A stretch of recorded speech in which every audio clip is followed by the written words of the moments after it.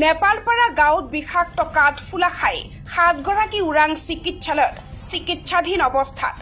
ৰবিবাৰে সন্ধিয়া 7মান বজাত চিকিৎসালয়ত ভৰ্তি।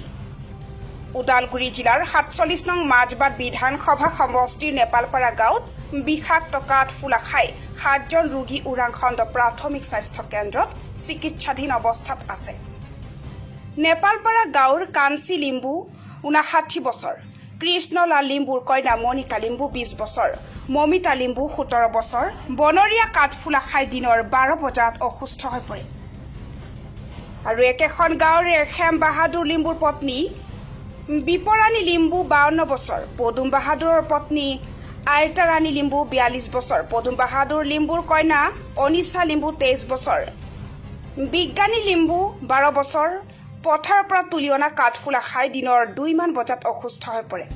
যদিও সন্ধিয়া 7মান বজাত ওৰাং চিকিৎসালয়ত ভৰ্তি কৰে, বৰ্তমান নিশা 9 বজালৈ চিকিৎসাধীন অৱস্থাত আছে। ঘটনাটো এই মশৰুম খাইছে সিহঁতে কেতিয়া 2টা বজাত। আমাৰ গাঁওখনৰ কি নাম? গাঁওখন নেপালপাৰা।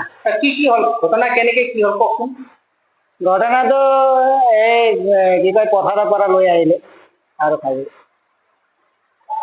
আজি আজি। আৰু এওঁলোকৰ নাম কি?